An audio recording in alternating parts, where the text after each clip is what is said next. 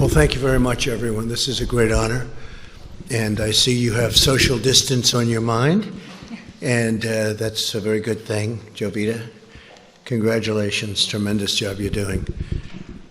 I want to thank everyone for being at the White House, a very special house, a very special place, no matter where you go in the world. I love the White House, and being here in the East Room of the White House in particular, where so many important functions have taken place over the years.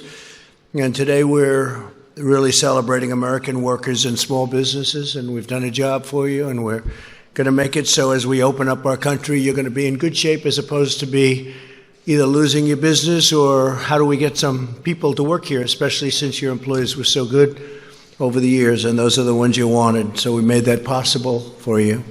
We're delighted to be joined this afternoon by representatives of several incredible small businesses from across our country. Also with us, our Treasury Secretary, Stephen Mnuchin. Steve, thank you very much. And SBA Administrator. You've been busy, Steve, by the way? A little bit, right? Broke every record in the book. And SBA Administrator, Jovita Carranza. Thank you, Jovita. Have you gone to sleep in the last 2 weeks? I don't think so, right? You broke every single lending record, numbers of loans, amount of loans, small business. It's actually a very big business when you think about it. Thank you very much, Jovita. Great job. As our nation battles against this terrible scourge, we continue to pray for the victims as well as for those Americans who are grieving their lost ones and their loved ones. There's never been anything like this. We suffer with one heart, but we will prevail. We're coming back, and we're coming back strong. We built the greatest economy anywhere in the world 2 months ago, and we're going to build it again. We're going to build it fast. It's going to go very quickly. And Larry, thank you for being here very much. You see what's going to happen. I think you have the same feeling as I do. It's going to come back very fast. Now that our experts believe the worst days of the pandemic are behind us, Americans are looking forward to the safe and rapid reopening of our country. Throughout this ordeal, millions of hardworking Americans have been asked to really make tremendous sacrifices. It's sacrifices like nobody thought would even be possible. Nobody thought would ever be talking about something like this. This virus has inflicted an enormous and painful toll on our nation's workers and small businesses. That's why last month I asked Congress to pass the Paycheck Protection Program, giving small businesses emergency economic relief to keep workers on the payroll. 4 weeks ago, I was proud to sign it into law. We did that at a great ceremony with many of the people here and the officials here, and it was something. And I can tell you, I'm going to ask Steve to say a few words, but the kind of numbers and the kind of jobs they've done and the kind of jobs that have also been saved, it's incredible. You'll be seeing that in the coming weeks. The Treasury Department and the Small Business Administration launched the program in record-breaking time, just 1 week. And in the 14 days following its launch, we processed as many loans as the SBA would typically process in over 14 years. So in 14 days, they did more work and more loans, both in terms of applications and in terms of dollar amount, than they did in 14 years. 14 days, 14 years. Easy one to remember, right? That's some record. The first round of funding provided more than 1.6 million small businesses with over $340 billion so that American workers can retain their jobs, receive their paychecks, and help our economy take off quickly once America reopens for business, which is happening right now as we sit. We're going to be all set. You all ready? I know you are. I talk to you back there. You're ready. You folks are ready. Our swift action supported or saved 30 million American jobs at least. And last week, Congress answered our call to replenish the program, and I was honored to sign an additional $320 billion for American workers into law. At least $60 billion are reserved for community financial institutions, including those that serve minority and distressed communities. And that's also, when you think, it's African American communities, it's Hispanic American communities, it's Asian American communities. We began accepting applications for the second round of funding yesterday. Demand is extraordinarily high, and there are already twice as many users accessing the system as on any day under the first round. And one of the things that the Secretary of the Treasury told me is that the amounts are much more loans at much smaller amounts. And we like to hear that because we're looking at the small amounts, the smaller businesses, and that's what we want. Nonetheless, we're processing loans at a pace never achieved before. In the first 24 hours of the second round of funding, we've handled over 30% more loans than any previous day of the program. So far, we've processed an amazing 450,000 loans totaling over $50 billion. That's in phase 2. That's incredible. Along with Administrator Carranza and Secretary Mnuchin, Ivanka has played an essential role in spearheading this important program. Incredible role. That's what she wants to do. She wants to help people. From the beginning of my administration, Ivanka has used her experience as an entrepreneur to fight for the American worker. She's created many jobs. That's what she did when she first came in. She just wanted people to be able to get jobs and job training. Went to the biggest companies anywhere in the world that are located in our country, and they would take hundreds of thousands of people and train them. And I think you got up to almost 15 million people, right? 15 million. She started off with a goal of 500,000. She wanted to get 500,000, and she is now on almost 15 million people. And I'd like to ask, if I might, Ivanka, to say a few words as to what's exactly happening today, what's happening over the next week, and what her views are for what's going to happen over the next period of time. It's going to be something I think it's going to be very special and bigger and better than anybody really understands. Let's see if I'm right about that. Ivanka, please.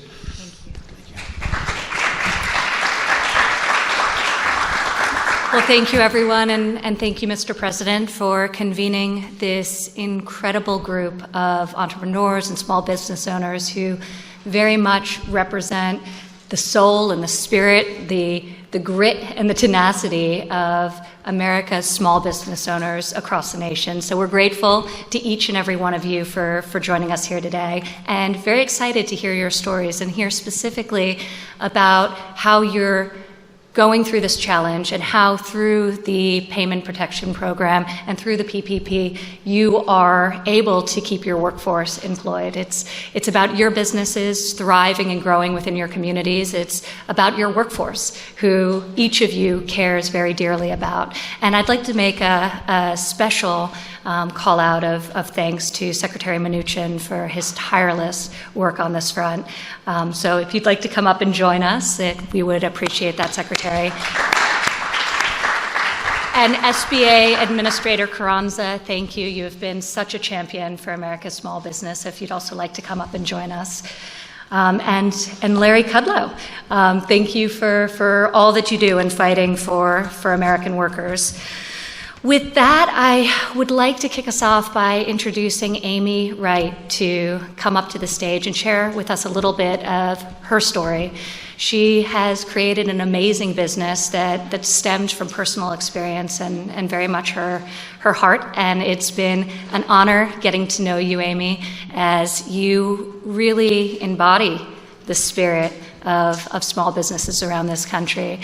Amy, because of the PPP program, was able to rehire the 120 workers that she was forced to lay off. And now those workers, all of which have some form of disability, are able to bring cheer and bring comfort to your clients as you're serving them. So Amy, if you'd like to come up and share your story. And Michael, her great colleague, is here today as well, who could share his perspective. Thank you, Amy.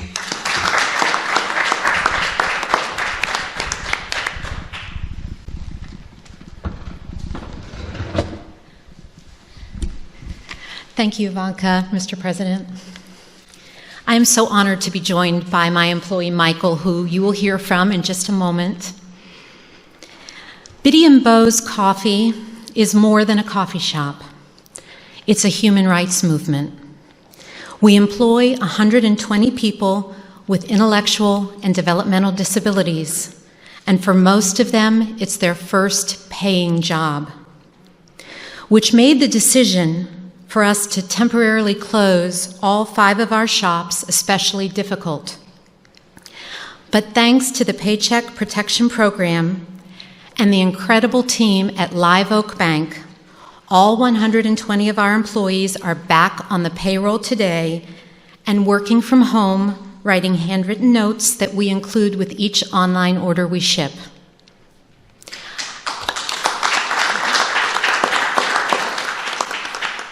I know everyone is ready to return to normal, but I believe it's time for a new normal, one where people with disabilities are valued, especially in the workplace. As a recipient of the PPP loan, we will continue to take up the charge and help everyone, especially people with disabilities, pursue the American dream. And Michael, would you like to say? Sure. I just hope this thing isn't too big for me. So to you, President Trump and Ivanka, thanks a lot for inviting us. Thank you, Mr. President, for having us. I love my job, and I am excited about going back to work. At Bowes, we like to use the phrase called not broken. That means me and all my amazing coworkers are not broken, and we have lots to offer. I know the great country of the United States isn't broken either. So on behalf of myself, Megan, and Amy, and all the employees of Bowes, thank you for inviting us over. Thank you very much, Michael. You guys are our family. Love you guys.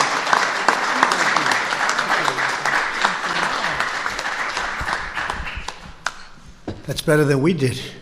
Much better, Michael. You did a better job. Thank you very much. That's beautiful. Stick around. You get to hear the press ask some questions, and they'll probably be a little bit nicer if you're in the audience, right, Amy? That's pretty good. Also, I'd like to ask Tony Stafford, Chief, sort of the boss, I guess you could say, chef and founder. You're the boss, right? Wouldn't you say? Of Ford's Fish Shack. And I hear it's good stuff. How about explaining, please? Best? Oh, I'll have it. Be careful. Thank you. Come on up, please.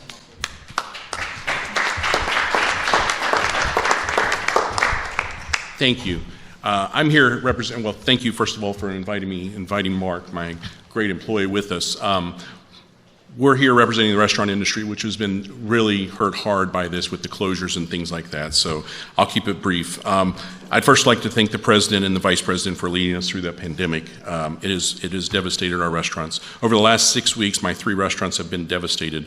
Dining room closures, had to furlough over 100 people. That was an incredible hard phone call to make about 6 weeks ago and tell the employees I've never had to lay off a single employee that I just don't have a space for you.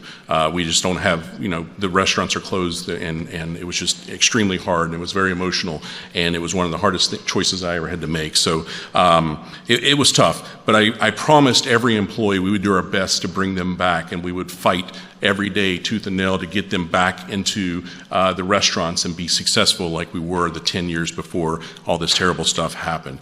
And now with the help of the PPP loan and the success of the PPP loan that we were able to get, I'm going to be able to keep that promise and bring every one of those employees back. So thank you, Secretary Meduncha. Thank you. And it's been awesome to be able to tell them that we're going to weather this storm, we're going to get through this, and we're going to be stronger and more agile once this is over. The one thing that you can see with the restaurants, we're surviving out there. We're doing things that we didn't do before with carryout and curbside and delivery and all those meal plans. Those things are awesome to see my fellow industry leaders out there doing in the restaurant industry. So I commend every one of those restaurants that's fighting to survive out there. And so thank you all for that. We will get through this. We will welcome our guests back, and once our state opens up, we'll welcome them back and thank them for their support through all this. I have amazing stories of guests coming into our restaurant the day after the closures to just give us tips, give us cash to give to our employees we had to furlough. So those great stories, that will not be forgotten from any of our guests. So thank you for that. And I look forward to the one day when all restaurants and all small businesses can reopen and be as successful as they were before. So thank you very much. Mark? Fantastic. Thank you. Thank you. So my name is Mark Underwood. I am an employee of Ford's Fish Shack, so I am a living example of what your plan has done. I'm a husband, father of 5. My mother lives with me. And just listening to Tony talk about that day when the layoffs happened, it's a little emotional. But with the PPP It has now given life to my family. It has injected hope in our business, and it's allowing us to fight the fight. So I appreciate it from everybody on your team to help us get through this issue that we're going through. So thank you very much. Help you. Thank you. Is he a great chef or a good chef? He's a great chef. Thank you very much. Thank you. Thank you. Larry. Thank you. That's great. That's a great story. Your mother lives with you, 5 children. That's a great story. So that was a rough day, right? Wasn't it? Huh? Never happened to you before, probably. Yeah, happened to a lot of people. It never happened before. So, but we're bringing it all back.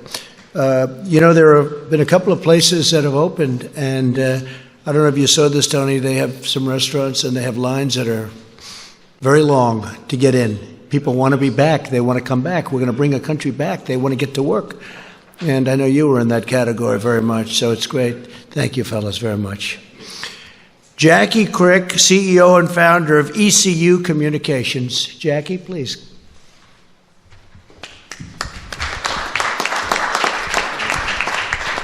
I'll move that down, Jackie. A little short, so. I'll get in trouble for touching it. They'll say, he touched the microphone. What am I going to do? Thank you, Mr. President, Ivanka, Secretary Minuchin, and Administrator Carranza. It is a pleasure and an honor to be here. My name is Jackie Crick. I'm originally from Bogota, Colombia, in South America. Yay. And I've been here many years, and a big part of those years that I've been here, I've been CEO of ECU Communications, which I founded 16 years ago. We focus on advertising and marketing with niche products for diversity, recruitment, and outreach programs. But more than anything, we're a woman-owned small business, minority-owned 100%. So just like many of the stories that I've heard before me, and I'm sure the ones that are coming, we are concerned about the future. And being able to get that PPP loan has given me and my staff a little peace of mind to know that we're going to be okay. Just at the end of February, I hired 3 more staff members. We're 30 now. So when we heard the news about going home and working from home or not being able to work from home, the first thing that goes to your mind is, how am I going to support or tell these folks that they need to go? Being able to get the PPP loan has given me the ability to have that peace of mind that I'll keep them, their treasured staff, and I'll be able to continue to focus on my program. Thank you so much for what you do, for your leadership. Thank you. Great job. Thanks. Thank you, Jackie. Great job. Chris Stansbury, co-founder and partner, West Virginia Eye Consultants. I like West Virginia, I like it. We'll put that up. They like you, sir. I like it. They like me, too. Thank you, Mr. President. Thank you, Ivanka, Mr. Secretary, Madam Administrator. Appreciate the opportunity to be here today. It's just an honor and a privilege as a small business owner. It's very meaningful to have this opportunity. My company is called West Virginia Eye Consultants, based out of Charleston, West Virginia. And we started in 2011, and we had 2 doctors, 1 employee, and 1 location. And over the last 9 years, we've been blessed with a lot of growth. We've worked hard. And in February, we celebrated our 9th anniversary with 7 locations, 7 doctors, and almost 60 employees. So it's been a great ride. But just a month later, thanks to COVID-19, we shut most of it down. And my partners and I were just overwhelmed, just bewildered. We weren't sure how we were going to survive this. But thankfully, Congress passed the CARES Act, and President Trump signed that into law. And as part of that, the PPP loans became available. And my partners and I applied for PPP loan through the SBA, and we were so gracious and so thankful to receive that, because it's been a lifeline for us. As soon as we received those funds, we were able to start paying our utilities, our rent, and start bringing some of those employees back that we need to get staged to begin to reopen the economy.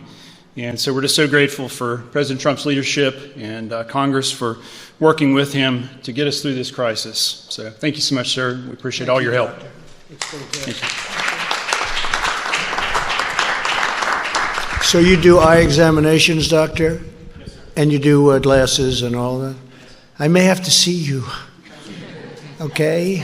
I guarantee you're probably better than these high-priced people. I used to see the highest priced, and they were not the best. I'll bet you're better than all of them. So I may have to see you, doctor. I'm serious about it. We can do something quickly, all right? You move quickly too, right? No long meetings. Good. I may have to see you, doctor. Thank you. Tissa Clark, President and CEO, J.D. Clark Professional Services. J.D. Clark. Hi. Come on up.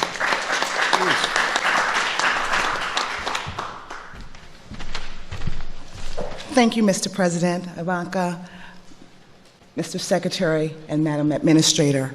I am Tissa Clark, President and CEO of J.D. Clark Professional Services. I am a general contractor and property maintenance manager for the affordable housing, hospitality, as well as our government agencies, particularly our nonprofits.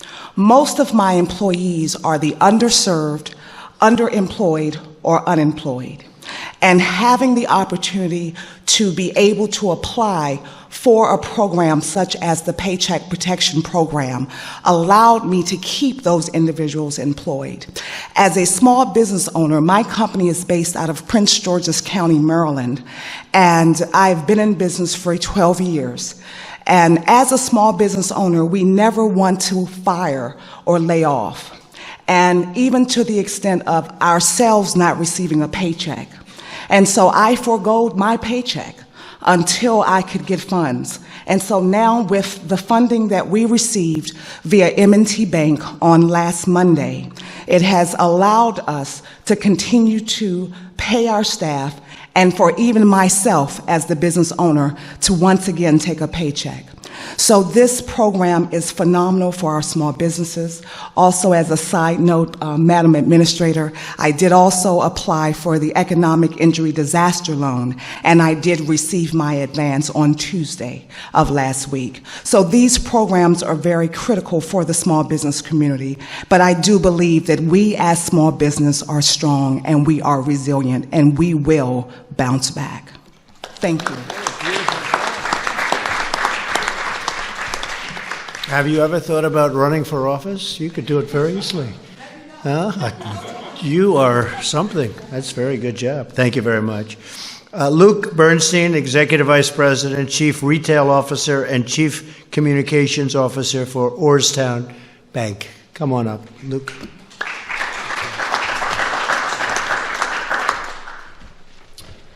Thank you, Mr. President. Ivanka, Secretary Mnuchin, Administrator Carranza. I'm Luke Bernstein, proud to be here representing Orrstown Bank. I'm proud of our board, I'm proud of our entire team, and I'm proud of my fellow community bankers throughout the country who've rolled up their sleeves and worked tirelessly to help communities, working around the clock and helping them gain access to paycheck protection funds. Orrstown is a small, 101-year-old community bank based in Pennsylvania and Maryland, and in just 14 days, we were able to process approximately 1,500 paycheck protection loans totaling $370 million. In those 2 weeks, Orrstown processed more loans in total amount than we did in an average year last year. We did more SBA loans in 14 days than in our entire 101-year history. Why? Because this is about the communities. This is not about Orrstown Bank. This is not about banks. This is about people. The stories you're hearing today. This is about what's going on Main Street. The stories of what's happening with the Paycheck Protection Program are not only heartwarming, they're inspirational. We're helping pizza shops, delis, healthcare workers, repair shops, construction companies, and countless others get access to these funds. These people need this money. They're getting a lifeline through this program. Every job is life-sustaining to someone, and the PPP is saving the livelihoods of those in our communities. We want to thank you, Mr. President, for your leadership during this extraordinary and unprecedented time, and for partnering with community banks and Congress to help us and give us the opportunity to do what we do best, and that's serve our communities through the good times and the bad. You have unleashed the innovation of the private industry and we are going to respond. We also want to thank Secretary Mnuchin and Administrator Carranza and Congress for supporting this program and giving the opportunity to community banks around the country to join together and help those in need. With this program, we can do that. Thank you, Mr. President. Thank you. Thank you very much, Luke. That's a beautiful job. Brandon Hudson, President, Ed and Jim's Body Shop. I know what that means. I'll bet you fix beautiful cars. You make them beautiful, right? I'll bet you do. Please come up. Thank you, Mr. President, Ivanka, Secretary. And instead of celebrating on our anniversary on April 1st of being in business, we began furloughing employees. So I would like to take the opportunity to thank President Trump for quickly signing the PPP into action. Because of this program, Ed and Jim's is able to rehire all of our furloughed employees and provide them with a paycheck starting this week. This program has given our small business the funds needed to operate and maintain through this crisis. With everything we've gone through, I can't extend our thank you enough to President Trump for everything he's done for small businesses like us in the automotive industry at a time where our business really depends on people leaving their house and driving. So, Mr. President, thank you very much for what you've done for us and the industry. Thank you. Thank you. And what do you do with cars? Explain. Our businesses, we repair cars. We're a collision repair shop, Parkville, Maryland. So we work with a lot of insurance companies. We have walk-in customers. So if you get into an accident, unfortunately, we're here to help you out. Can you generally fix, like when there's a problem with a car, can you generally fix it without sending for new pieces? Or do you generally have to put new pieces on if it's a big collision? It depends. A big collision, we're mostly probably replacing some stuff, but we can repair a lot of things. So, we've been fortunate enough that we are able to repair a lot of things, but, with the demand for manufacturers to move to producing other things such as PPE and things like that, we're a little nervous about what that means for the future for us right now. But, we know you'll do the right thing for us. After today, you'll have a lot of customers. We appreciate you, sir. Fantastic. Thank you. Thank you very much. Thank you, Brandon. Thank you, Brandon. Allie Mills, Executive Vice President, Plum Contracting, Inc.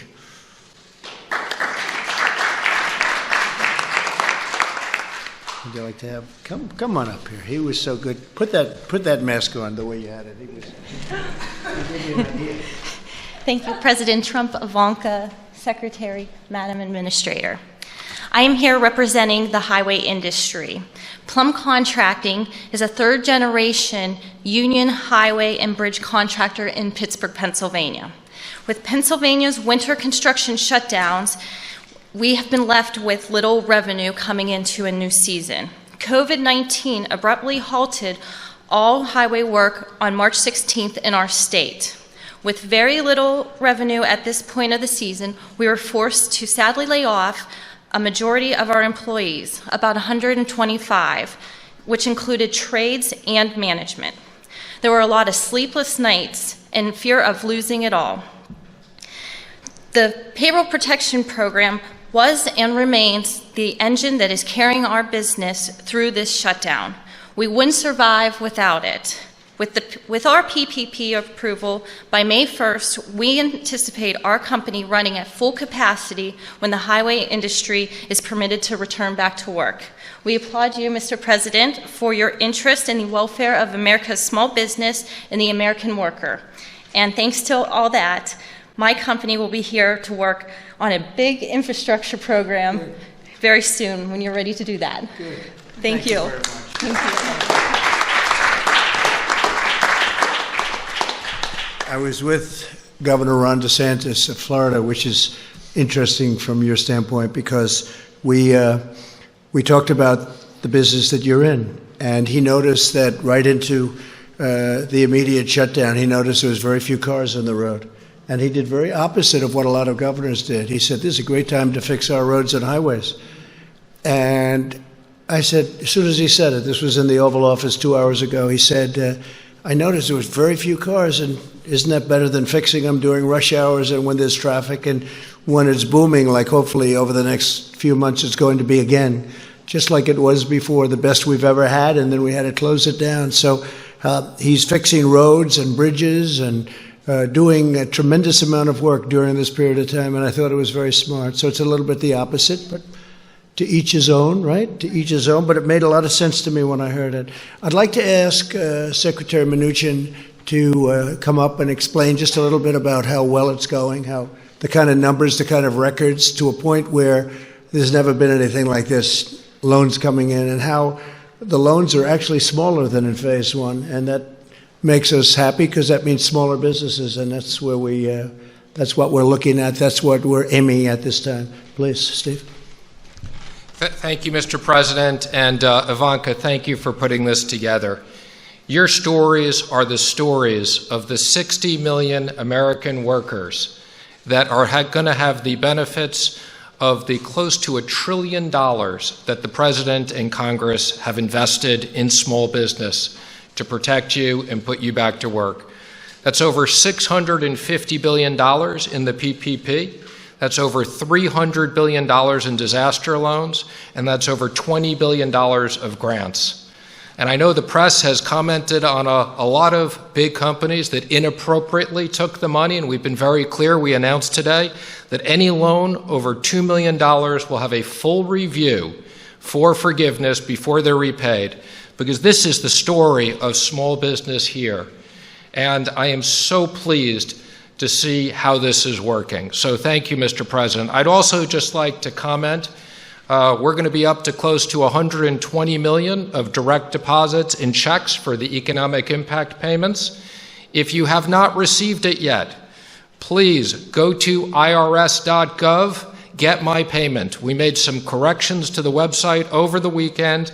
Please go on and check your payment. If you haven't received your payment, upload your information so we can get you the money.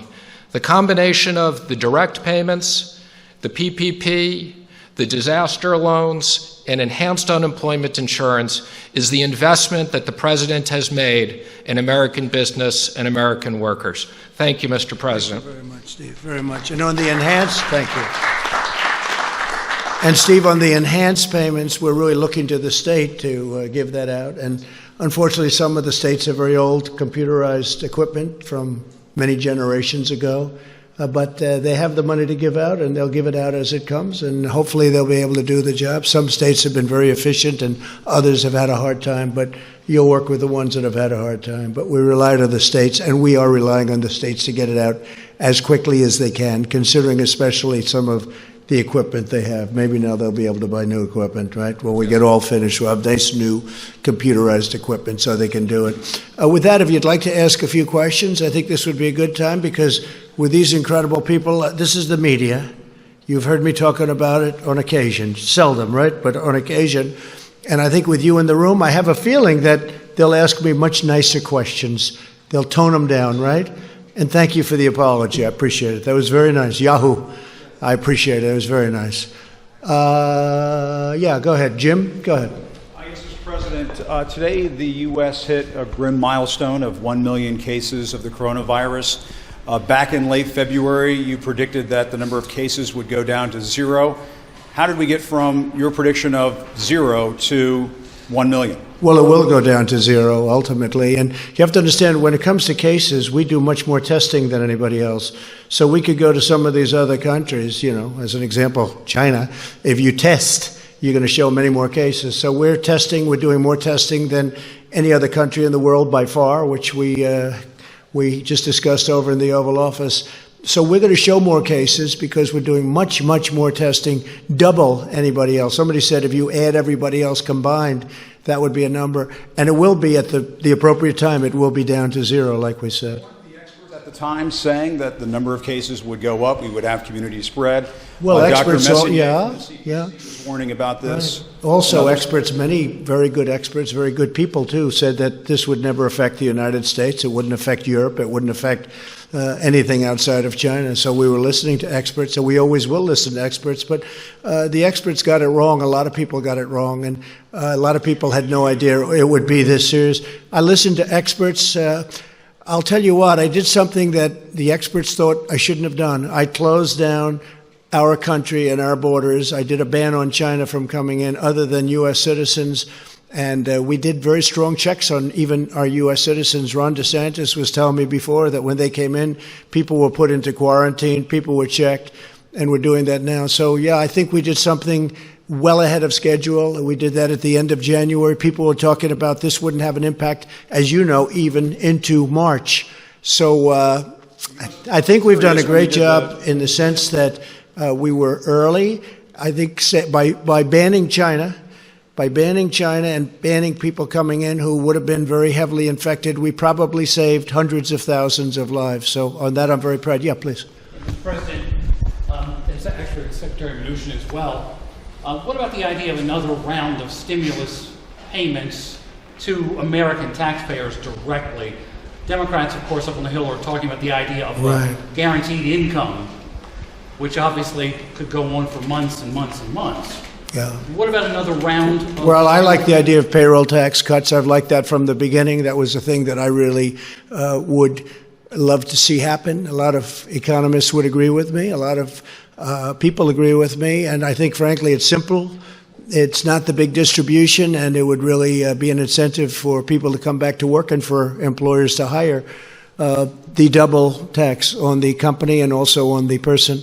That's what I like. And something like that could happen. Also, I think you have to look, because a lot of people are talking, I assume your next question would be about states. And Steve and I talk about it, and I talk about it with Mitch and with Kevin and with everybody. And the problem with the states is we're not looking to recover 25 years of bad management and to give them the money that they lost. That's unfair to other states. Now, if it's COVID related, I guess we can talk about it.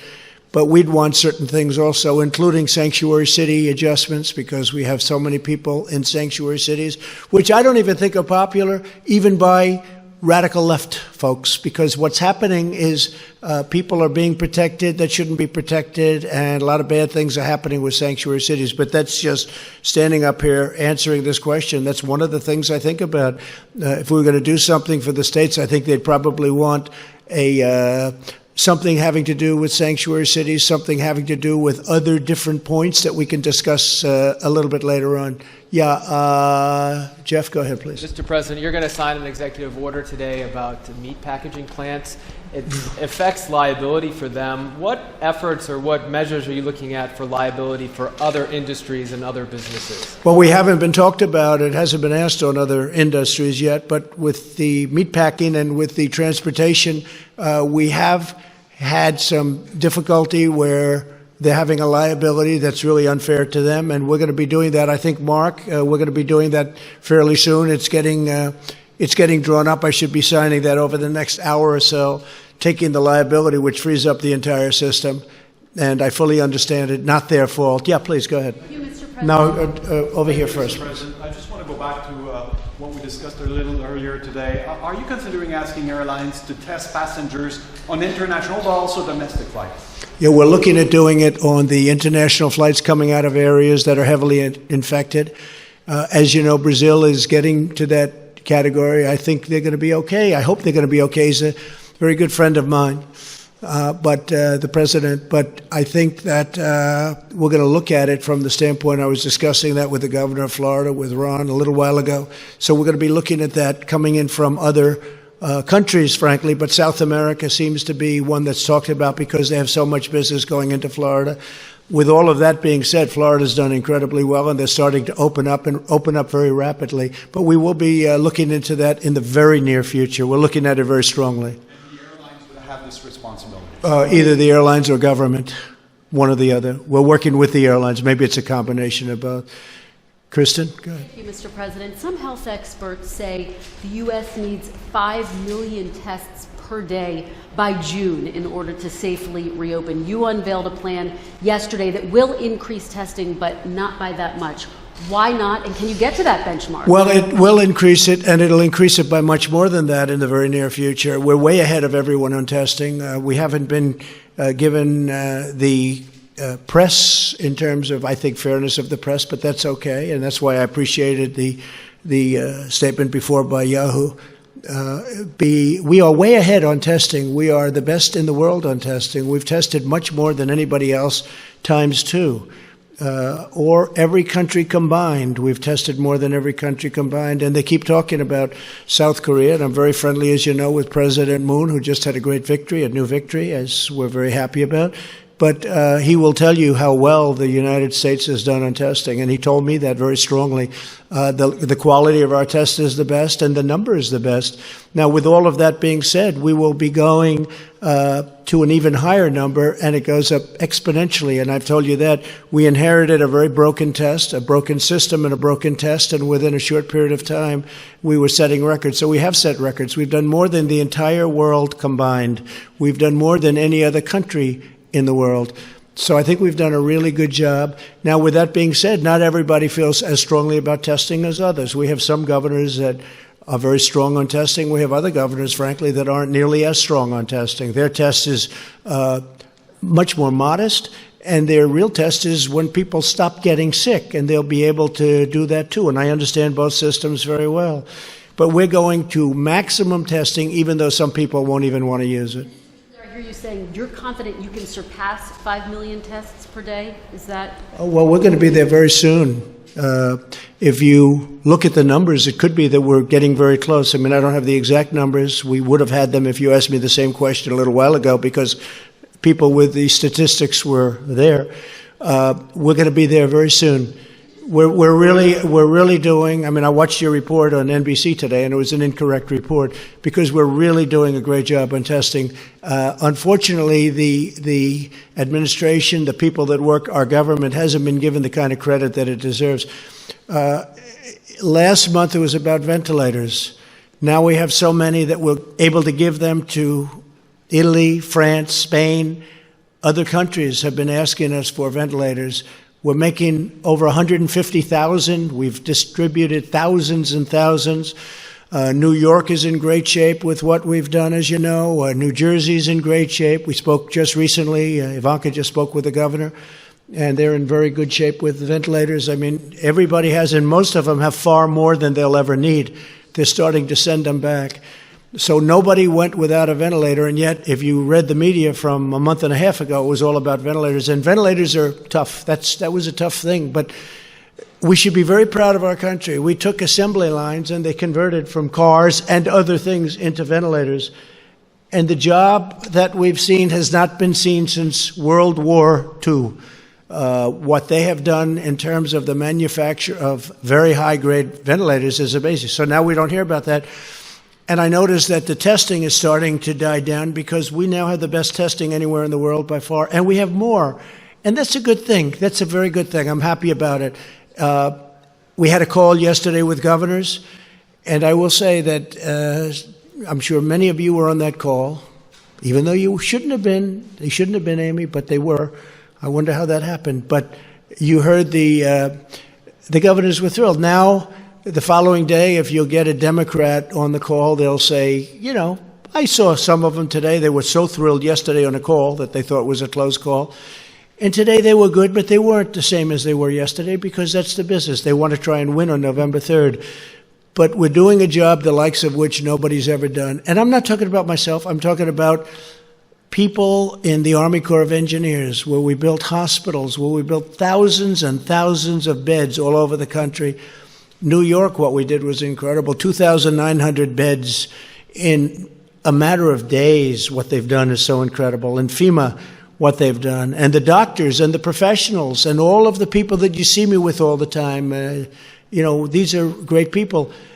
And they've really done a great job. And now our country's opening up again, and I think it's going to be very, very successful. I think that, I mean, Larry is here. We talked about it, and we talk about it all the time. I think that third quarter, it's obviously a transition quarter, but I think it's going to be okay, maybe better than okay. Larry thinks better than okay. I think even more so than I do. And then I think fourth quarter will be great. And I think next year is going to be a tremendous year for this country. Jennifer? Yes, on the PPP loans, can you say who's going to be responsible for that review that Secretary Mnuchin mentioned on the loans above $2 million? Who exactly will be responsible? The SBA will be responsible, and they have a team of people. They'll bring in additional people, And again, I want to assure the American public and the American taxpayers, we will make sure that these certifications were done accurately, or the loans won't be forgiven and there will be liability. Mr. President, Mitch McConnell today told some Republicans on a phone call that he does not want to fund infrastructure in a coronavirus stimulus bill. Do you have a reaction to that? I think Mitch is looking at it, as I do, to an extent, as the infrastructure. He likes infrastructure. We all do. We have to rebuild our country.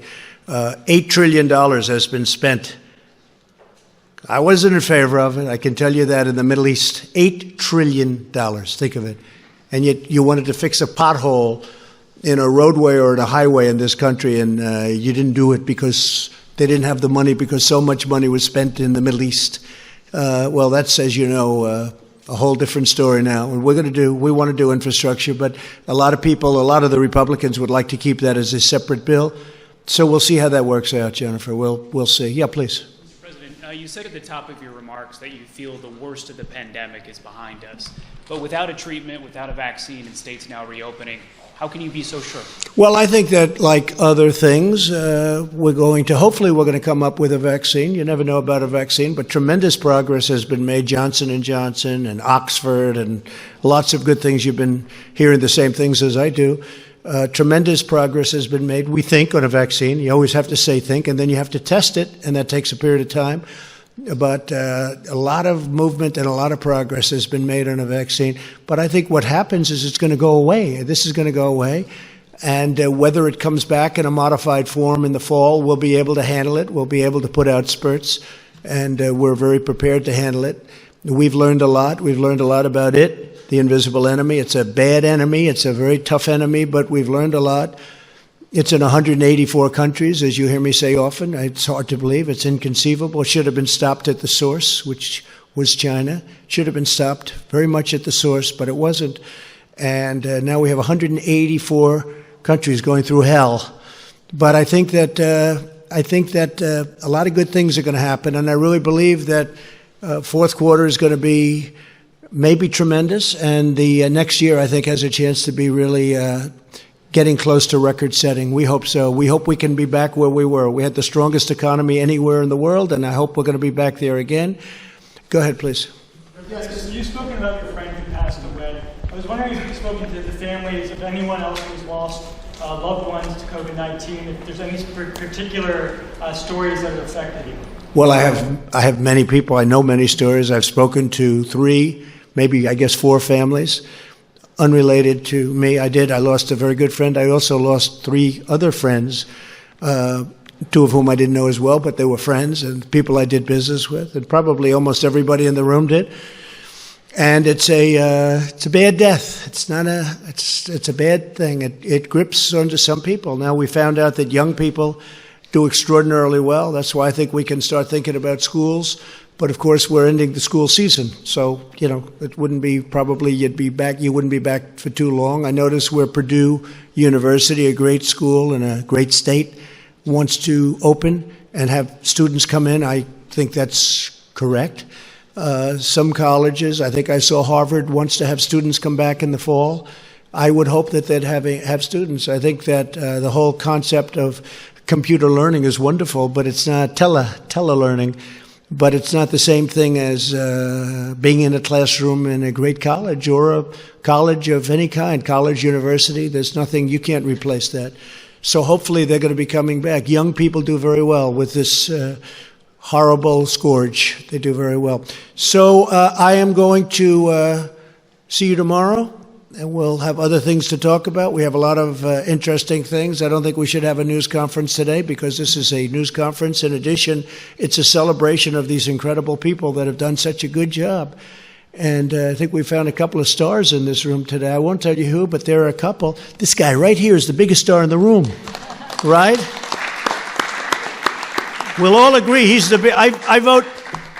I vote for you, okay? Great job you've done, and I really appreciate it, too. I appreciate you being here. Couldn't have done better. And of course, Megan and I maybe want to know if you and some of your hostess, staff members, bodyguards, or anybody in your company would like to come to Annapolis to our company. Be careful, that could happen. That could happen. Be careful. We'll have to do that, Amy. I think maybe we could do something like that. You're very good. He's stolen the show, right? Do we agree? Doc, I'll tell you, I'm getting ready with the eyes. Come on with me if you want. Do a quick one. Want to save a lot of time. We need time. We're opening up the country, Doc, so we need a little time. We can't spend too much. I don't want to spend 2.5 hours at an eye doctor, right? Okay, so we'll think about that. We want to do that. I want to thank everybody, in particular, Jovita. I want to thank you very much. And Steve, you're working. I can call Steve at any time. I can call him at 2 in the morning, 6 in the morning. It doesn't make any difference. I say, did I wake you? The answer is always no. He's doing a great job. We're proud of him. And everybody is, everybody. Our government, we have to be proud of our government, and we have to be proud of our country. These are really terrific people. We're going through a period of time, the likes of which we've never seen in this country before. Certainly, even if you go back into 1917, it was the worst of all time, but it was also not as bad here. It was very bad. It was very rough. It was a bad one, but it wasn't quite like what we're going through right now. And it's because of the amazing, when you look at how contagious this is, where people literally just being in the same area with other people, it catches. So I'm very proud of this country, I have to say. I'm very proud to be your president, and I'm very proud of this country. Thank you very much, everybody.